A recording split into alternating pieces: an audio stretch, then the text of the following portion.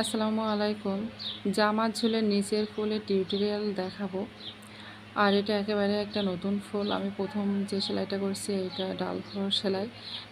এরকমভাবে পুরো ডাল ফোর সেলাই দিয়ে ডালটা শেষ করব। তারপরে আমি এখানে ফুলের পাপড়ি ভরাট করছি। এইগুলো ছোট ছোট করে পাতা মতন করে এঁকে নেবেন। আমরা যে সচরাচর যে পাতা আঁকাই, আপনি ঠিক ওই কোয়ালিটির করে ছোট ছোট করে আঁকায় নিয়ে তারপরে মাঝখান দিয়ে প্রথমে একটা উঠাবেন, তারপরে ডান সাইডে দুইটা খাটো লম্বা করে উঠাবেন, তারপর বাঁ সাইডে আরও দুইটা।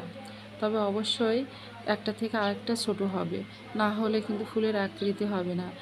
যখন আপনার এই কাজটা এরকমভাবে কমপ্লিট হবে, পুরো ফুলটা আমি ওরকমভাবে কমপ্লিট করে দিয়েছি। পরে এইখানে ডাল যেগুলো আছে ছোট ছোট দাগ দেওয়া, ওই ডালগুলো আমি দুইটা করে এই সেলাইও আমি একটা লম্বা একটা খাটো এরকমভাবে করে পুরো ডালগুলো সেলাই করে নিয়েছি।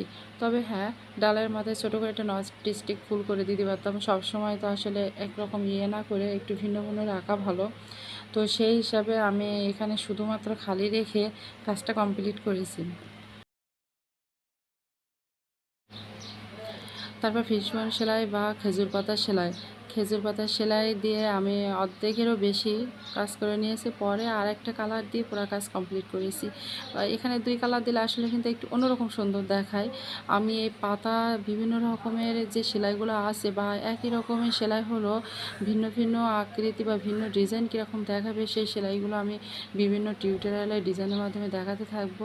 আপনারা এগুলো দেখবেন যে এক একটা পাতা এক এক রকম। তো দুই কালার দিলে একটু ভালো দেখায়। আমি সামনে আরও টিউটোরিয়াল নিয়ে আসবো, যেখানে আরও অনেক সুন্দর সুন্দর পাতার সেলাই দেব। তো ভালো থাকবেন, সুস্থ থাকবেন। আল্লাহ হাফেজ।